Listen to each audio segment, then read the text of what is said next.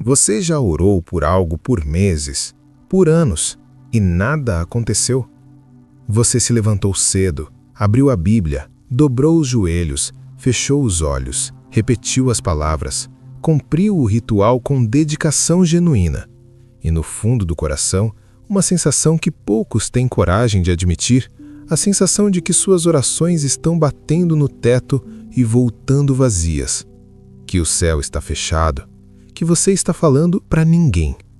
Se você já sentiu isso, eu preciso que você fique comigo até o final deste vídeo, porque o que vou te mostrar hoje pode mudar radicalmente a sua vida de oração. E se você nunca sentiu isso, se a sua vida de oração está plena, vibrante e cheia de respostas concretas, fica também, porque existe um nível de oração que a maioria dos cristãos nunca alcança. Um nível que Wesley praticou. Um nível que transformou nações. Aqui está a pergunta que vai guiar este vídeo inteiro. E se o problema não for a falta de fé, mas a falta de especificar a oração? John Wesley, o homem que incendiou a Inglaterra no século XVIII com um avivamento, ele dizia: uma oração vaga produz uma fé vaga produz uma vida vaga, e uma vida vaga, por mais religiosa que pareça por fora, não transforma nada. Neste vídeo, você vai descobrir princípios de oração específica que John Wesley praticou por mais de 60 anos. Princípios testados no fogo da experiência real. Princípios que produziram frutos extraordinários.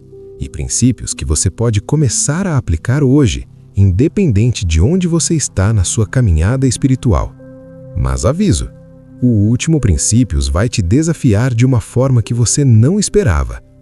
Vamos começar. A autoridade de John Wesley. Para entender o poder dos princípios que vamos ver, você precisa entender quem foi John Wesley e por que a vida dele tem autoridade para nos ensinar sobre oração. Wesley nasceu em 1703, em Epworth, na Inglaterra. Era o 15º de 19 filhos de um pastor anglicano pobre. A casa da família pegou fogo quando ele tinha 5 anos e ele foi o último a ser resgatado, suspenso numa janela do 2º andar por vizinhos que formaram uma corrente humana. A mãe, Susanna Wesley, sempre chamou o filho de um tição arrancado do fogo, vendo a sobrevivência como sinal de propósito divino. Ele estudou em Oxford, onde fundou com seu irmão Charles e um pequeno grupo de amigos o chamado Clube Santo, um grupo de jovens que acordavam às 4 da manhã para orar, jejuar às quartas e sextas-feiras, visitar prisioneiros, estudar as escrituras em grego e praticar uma disciplina espiritual metódica que era objeto de zombaria entre os colegas. Os rivais os chamavam de metodistas. Por ironia, o nome ficou. Em 1738, depois de uma viagem missionária fracassada à América e de uma crise espiritual profunda, Wesley teve sua experiência de conversão numa reunião de leitura bíblica na rua Aldersgate, em Londres. Ele escreveu em seu diário: "Senti meu coração estranhamente aquecido. Aquela noite mudou tudo." Nos 50 anos seguintes, Wesley cavalgou mais de 400 mil quilômetros pela Inglaterra e Irlanda. Pregou mais de 40 mil sermões, muitos deles ao ar livre, para mineradores e operários que nunca pisariam numa catedral. Escreveu mais de 400 obras, fundou escolas, hospitais, casas para viúvas e construiu o movimento metodista, que se tornou uma das maiores forças de renovação espiritual e social da história moderna. Tudo isso foi sustentado por uma vida de oração específica, disciplinada e transformadora. Primeiro ponto: a oração específica honra a soberania de Deus. Princípio 1. Especificidade é um ato de confiança, não de arrogância. Muitas pessoas acreditam que fazer pedidos muito específicos a Deus é presunçoso, como se você estivesse tentando controlar Deus, como se a espiritualidade verdadeira fosse aceitar tudo passivamente com um "seja feita a sua vontade", vago, sem envolver o coração. Wesley pensava exatamente o contrário. Para ele, Ser específico na oração era um ato profundo de confiança na bondade e no poder de Deus. É como se você estivesse dizendo: Pai, eu confio que você se importa com os detalhes da minha vida. Eu confio que você é capaz. Então estou te trazendo isso, isso e isso, com nome, com endereço, com data. Pense em como uma criança pede ao pai. Uma criança de 6 anos não diz: Pai, que tua vontade seja feita quanto à minha alimentação neste dia e neste momento. Ela diz: Pai, eu quero sorvete de chocolate, com calda de morango e aquelas granuladas coloridas por cima. Essa criança não está sendo irrespeitosa, ela está sendo relacional. E o pai ri com afeto, não com irritação. Wesley estudou Lucas 11, onde Jesus ensina o Pai Nosso, e percebeu algo que poucos notam. Jesus não apenas deu um modelo geral, ele deu um modelo cheio de especificidades. Pão de cada dia, não provisão, não sustento, mas pão. Diário. Dívidas, não erros, não problemas, mas dívidas. As palavras importam. Wesley tinha um diário de oração. Ele listava pessoas pelo nome, situações com detalhe, pedidos com especificidade cirúrgica, e revisava esse diário regularmente para verificar quais orações tinham sido respondidas. Ele dizia: quando Deus responde uma oração específica, a fé cresce de forma específica. Uma flecha que sabe onde vai, chega. Uma flecha lançada ao ar, cai em qualquer lugar. Você tem uma lista de oração? Não uma lista mental vaga, uma lista escrita, com nomes, com pedidos, com datas. Se não tem, o primeiro princípio de Wesley para você hoje é este: comece uma lista. Esta semana, esta noite, escreva 5 pedidos específicos, com detalhes, e ore por eles todos os dias por 30 dias. Observe o que acontece. Wesley acreditava que Deus se move em direção à fé que tem clareza. Uma flecha que sabe onde vai, chega. Uma flecha lançada ao ar, cai em qualquer lugar. Segundo ponto: a disciplina do horário fixo de oração. Wesley acordava às 4 da manhã todos os dias, sem alarme, sem aplicativo, sem motivação externa. Ele acordava porque havia treinado seu corpo e sua mente para entender que aquele momento era sagrado e inegociável. Mas o que Wesley fazia às 4 da manhã não era apenas orar em termos gerais. Ele tinha uma estrutura, um roteiro. Determinados dias da semana eram dedicados a orações específicas por categorias. Segunda para os necessitados, terça para os líderes da igreja, quarta para os pecadores ainda longe de Deus, quinta para sua própria santificação e crescimento. Isso pode parecer mecânico, mas Wesley argumentava que a disciplina não mata a espontaneidade. Ela cria o solo fértil onde a espontaneidade floresce. Um músico que pratica escalas todos os dias não fica engessado. Ele fica livre para improvisar com maestria. O grande problema da oração moderna é que ela é totalmente reativa. Oramos quando estamos em crise, oramos quando sentimos vontade, oramos quando lembramos, e o resultado é uma vida espiritual que sobe e desce como a maré, completamente dependente das circunstâncias externas. Wesley chamava isso de oração de emergência e dizia que ela era necessária, mas insuficiente. É como um exército que só se prepara quando já está sob ataque. Você perde antes de começar. A oração específica exige tempo específico porque pedidos específicos precisam de atenção. Você não consegue interceder profundamente por sua família, por sua cidade, por seus filhos, por seus negócios, por sua própria santificação, em 2 minutos antes de dormir enquanto o telefone está na sua mão. A oração específica exige tempo específico, porque pedidos específicos exigem atenção. Você não consegue interceder profundamente pela sua família, pelos seus filhos pelo nome, pela sua cidade, pelos seus negócios, pela sua própria santificação, em 2 minutos enquanto o celular está na sua mão e o sono está pesando nos olhos. Esses assuntos merecem mais do que um espaço residual na sua agenda.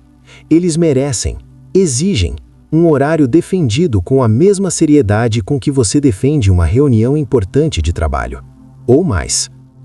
Wesley tinha uma frase desafiadora que costumava dizer aos jovens pregadores do movimento metodista: se você não tem tempo para orar, você está ocupado demais.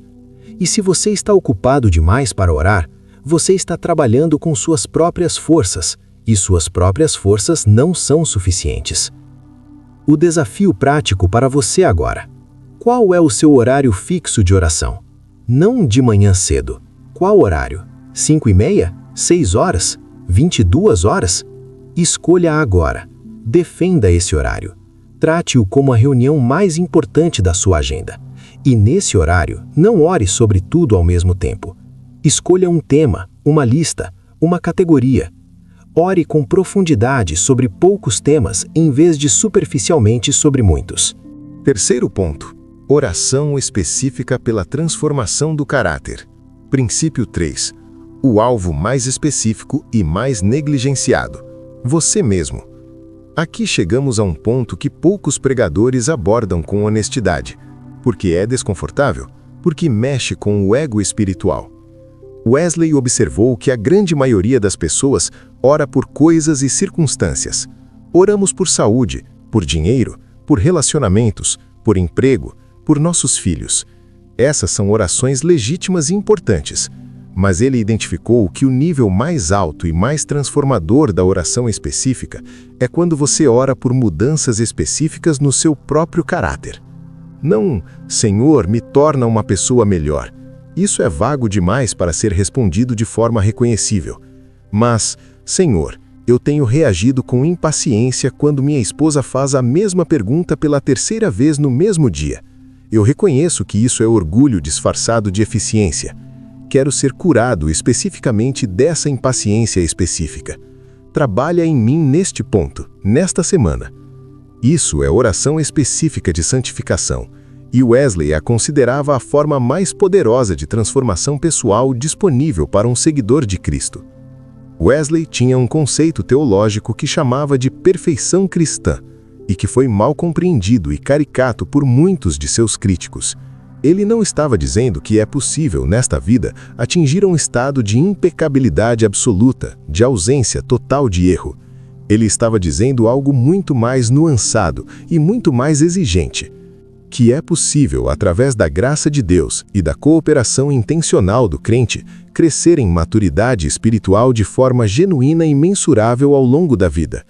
Que o amor pode se tornar progressivamente mais puro, mais consistente, menos misturado com ego e medo.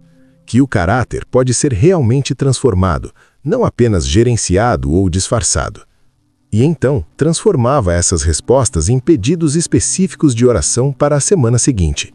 Isso é radicalmente diferente da espiritualidade superficial de hoje, que tende a fazer confissões genéricas e seguir em frente sem identificar padrões profundos. A pergunta prática para você: qual é o aspecto do seu caráter que mais precisa de transformação agora? Não de forma genérica, específico. Uma tendência, um padrão de reação, uma área de fraqueza que você sabe que está ali, mas tem evitado nomear diretamente diante de Deus.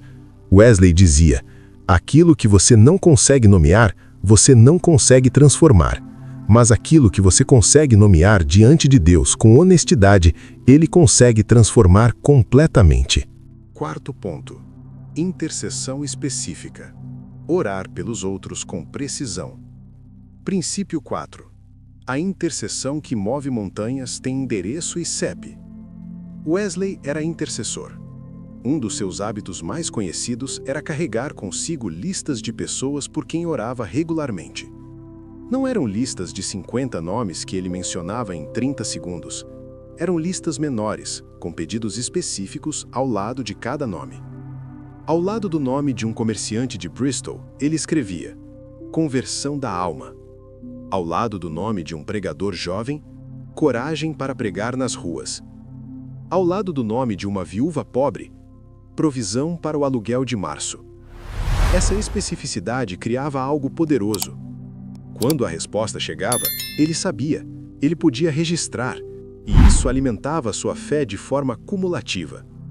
Wesley acumulou décadas de respostas específicas a orações específicas. E esse registro se tornava combustível para continuar orando com confiança, mesmo nas temporadas de seca espiritual. Mas Wesley ia além da mera especificidade dos pedidos. Ele ensinava que a intercessão eficaz exige conhecimento real da situação da pessoa. Você não consegue interceder com profundidade genuína por alguém que você não conhece.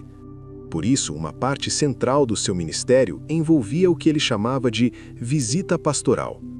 Ir pessoalmente às casas, especialmente das pessoas mais pobres e marginalizadas, sentar-se com elas, ouvir suas histórias com atenção, entender as lutas reais que enfrentavam, e então orar por elas com pedidos que correspondiam à realidade vivida.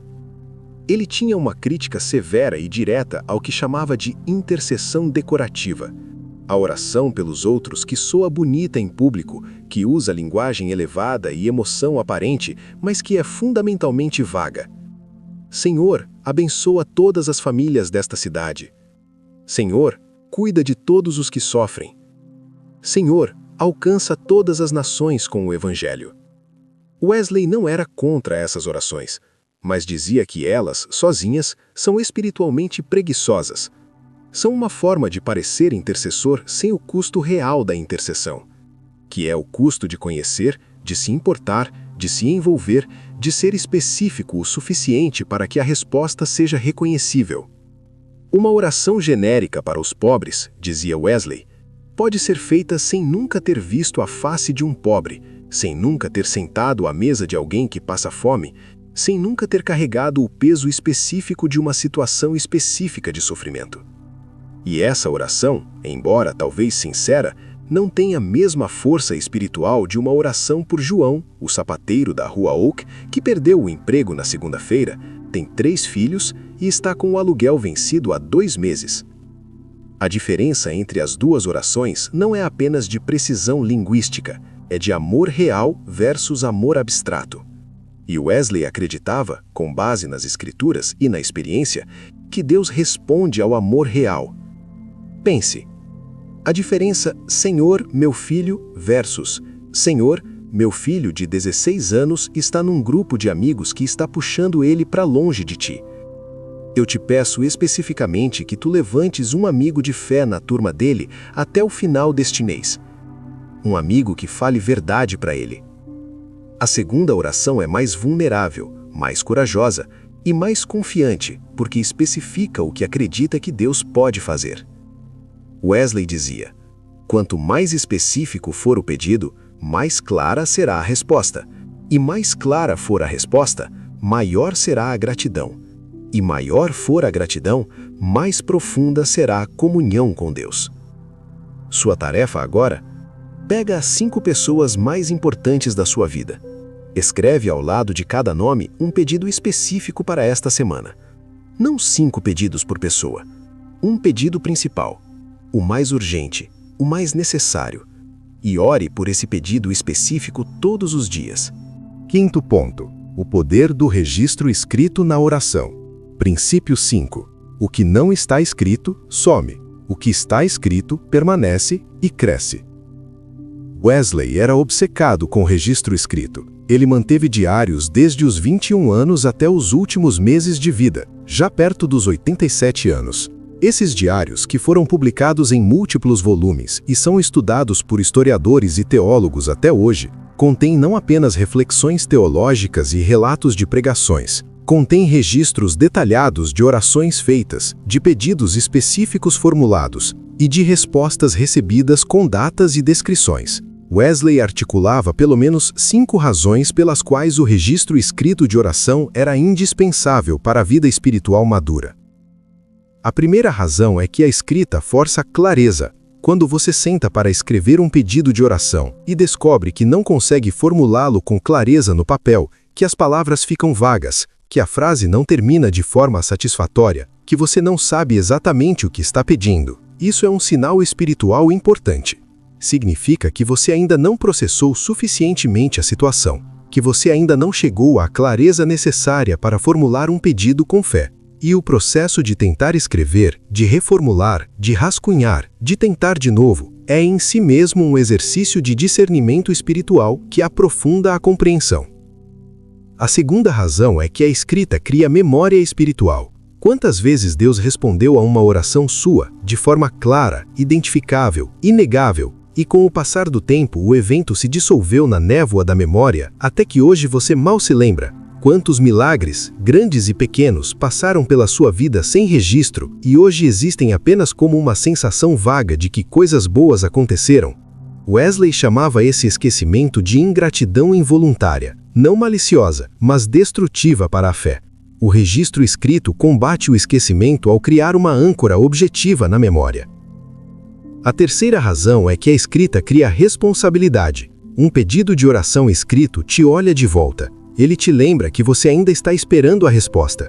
Ele mantém o assunto vivo na sua memória e no seu coração, semana após semana, mês após mês. Ele te impede de desistir prematuramente, de abandonar a intercessão depois de algumas semanas sem resultado visível, como se a falta de resultado imediato fosse evidência de que Deus não vai responder. A quarta razão é que a escrita possibilita o testemunho. Wesley era um pregador, mas era também um contador de histórias de fidelidade divina. Frequentemente em seus sermões e em suas conversas com crentes mais jovens, ele compartilhava histórias específicas de respostas a orações específicas. Há 2 anos pedi por fulano de tal, com esses detalhes, nessa situação. E aqui está o que Deus fez. Esse tipo de testemunho, preciso, verificável, com nomes e datas, tem um poder de edificação completamente diferente das afirmações genéricas sobre a fidelidade de Deus. E esse testemunho só era possível porque havia registro. A quinta razão, e Wesley considerava essa a mais estratégica de todas, é que a escrita ao longo do tempo revela padrões. Com anos de registro consistente, Wesley começou a identificar padrões que não seriam reconhecíveis sem o arquivo. Em quais áreas Deus costumava responder mais rapidamente às suas intercessões? Em quais situações as respostas tendiam a demorar mais e por quê? Em quantos casos as respostas vieram de formas completamente diferentes do que ele havia imaginado, mas que em retrospecto eram claramente melhores do que o que ele havia pedido? Em quantas ocasiões o que parecia ser silêncio de Deus era na verdade um desenvolvimento lento que estava em processo há meses antes de se tornar visível? Esses padrões só se tornam reconhecíveis para quem tem os dados, e os dados só existem para quem os registra. Desafio prático. Comece um diário de oração. Hoje, esta semana, pode ser um caderno simples comprado por alguns reais numa papelaria. Pode ser um aplicativo de notas no celular. Pode ser um documento de texto simples no computador. A tecnologia é irrelevante. O que importa é o hábito. Escrever pedidos datados e, quando a resposta chegar, registrar também a resposta com a data. Com o tempo, com meses e anos de prática consistente, esse diário se tornará um dos seus tesouros espirituais mais preciosos, uma linha do tempo da fidelidade de Deus na sua vida, uma âncora nas temporadas de seca, uma fonte de gratidão inextinguível. Sexto ponto. Oração específica em tempo de seca espiritual. Princípio 6. O que fazer quando o céu parece fechado e os pedidos parecem não ser ouvidos? Este é o ponto que todo mundo precisa ouvir, mas poucos estão dispostos a ensinar com honestidade. Wesley passou por períodos de seca espiritual. Está documentado em seus diários. Houve momentos em que ele orava com a mesma fidelidade de sempre, mas sentia nada. Momentos em que as respostas tardavam. Momentos em que pedidos específicos, feitos com fé genuína, pareciam não receber resposta. O que ele fazia nessas temporadas? Primeira resposta: ele não abandonava a especificidade. Essa é a tentação mais comum na seca espiritual. Voltar para orações vagas porque as orações específicas trazem expectativa, e expectativa não respondida dói. Mas Wesley resistia a essa tentação. Ele dizia que seria uma covardia espiritual trocar a fé específica pela fé genérica só para evitar a dor da expectativa não respondida. Segunda resposta: ele revisava seus pedidos com humildade. Havia situações em que, ao reler um pedido antigo, ele percebia que estava pedindo algo que, com a perspectiva do tempo, ele mesmo entendia que não seria o melhor. E isso o ensinava que algumas orações não respondidas eram, na verdade, misericórdias não reconhecidas.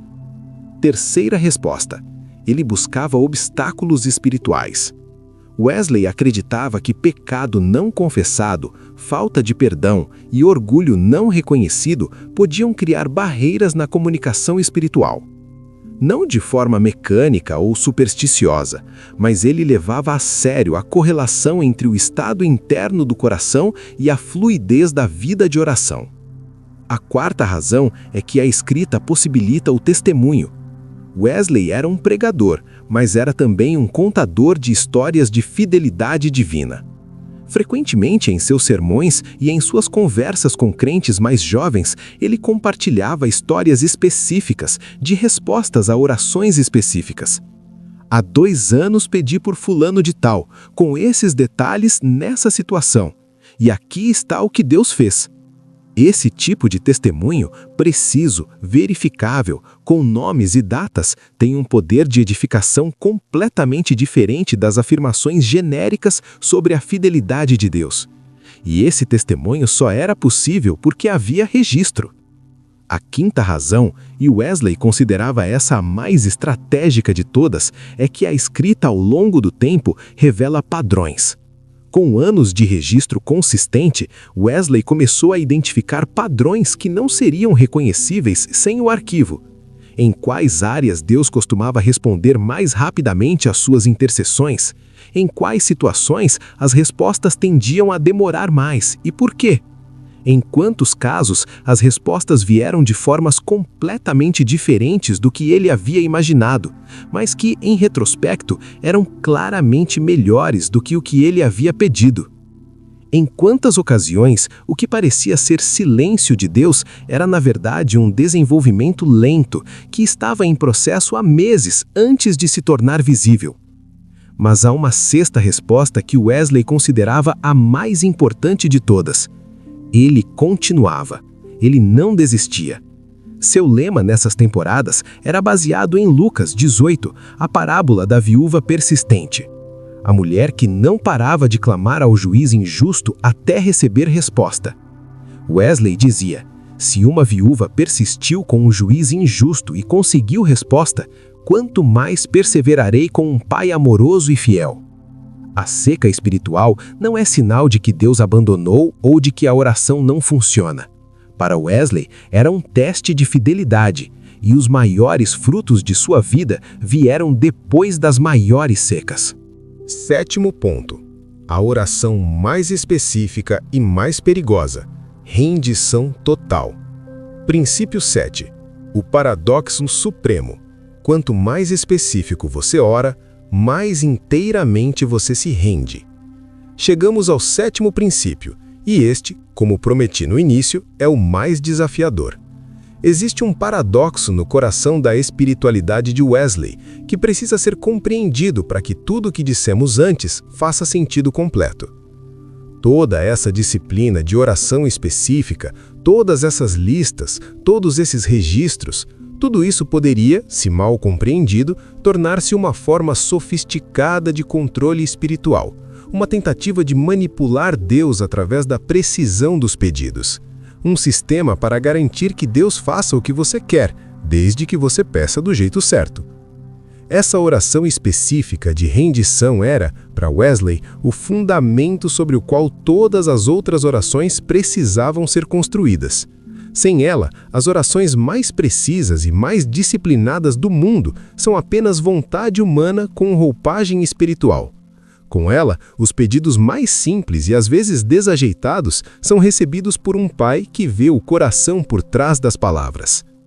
A lógica de Wesley era elaborada e merece ser entendida em profundidade. Quando você ora por coisas específicas com uma vontade ainda centrada em seus próprios desejos e preferências, mesmo desejos bons, mesmo preferências legítimas, você está usando a linguagem da fé, mas operando com a estrutura do ego. Você está, em última análise, tentando convencer Deus a se alinhar com seu plano. A estrutura subjacente é: eu sei o que é melhor para mim e para as pessoas que amo, e estou pedindo que tu faças o que eu sei que é melhor. Mas quando há uma rendição genuína no centro do ser, quando você realmente, de coração, quer o que Deus quer acima do que você quer, então suas orações específicas mudam de natureza. deixam de ser demandas e se tornam colaboração. Deixam de ser relatórios de intenções que você está apresentando para aprovação e se tornam conversas entre um filho que confia e um pai que ama. Senhor, eu peço a cura da minha mãe, com rendição subjacente, não significa que você não quer a cura. Você quer profundamente. Você pede com toda a especificidade, com toda a fé, com toda a persistência que os 6 princípios anteriores descrevem. Mas há uma camada mais funda onde você diz: e se tua glória e o bem maior da minha mãe forem servidos de forma diferente da cura imediata que estou pedindo, então quero esse caminho mais profundo, mesmo que eu não entenda agora. Wesley dizia que chegou a um ponto em sua vida, depois de décadas de caminhada, que seus pedidos específicos e a vontade de Deus eram cada vez mais a mesma coisa. Não porque Deus havia se curvado à vontade de Wesley, mas porque Wesley havia sido transformado a ponto de desejar o que Deus desejava. E esse é o destino final da oração específica. Não a satisfação dos seus desejos, mas a transformação de quem você é. Os pedidos são o caminho, não o destino. A comunhão com Deus é o destino. Wesley escreveu em seu diário perto do final de sua vida: oro há 60 anos que persigo a Deus com pedidos específicos, e descobri que quanto mais específico era no pedir, mais claramente via a sua mão. E quanto mais claramente via a sua mão, menos precisava pedir, porque aprendia a confiar antes da resposta. Essa é a jornada. Oração específica não é um sistema de produtividade espiritual, é uma escola de intimidade. E a lição final que essa escola ensina é que o mestre é mais importante que as lições, e o pai é mais precioso que os presentes. Alertas importantes. Alerta 1. Oração específica pode se tornar uma lista de compras espiritual.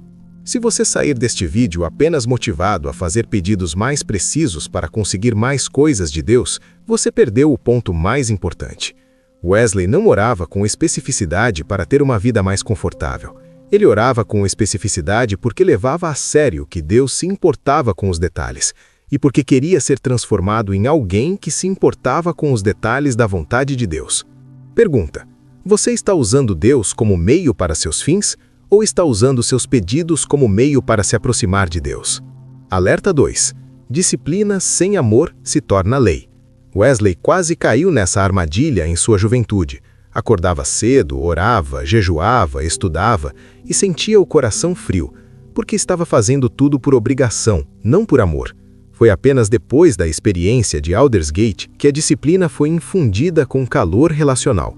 Pergunta: sua vida de oração está crescendo em intimidade ou apenas em eficiência?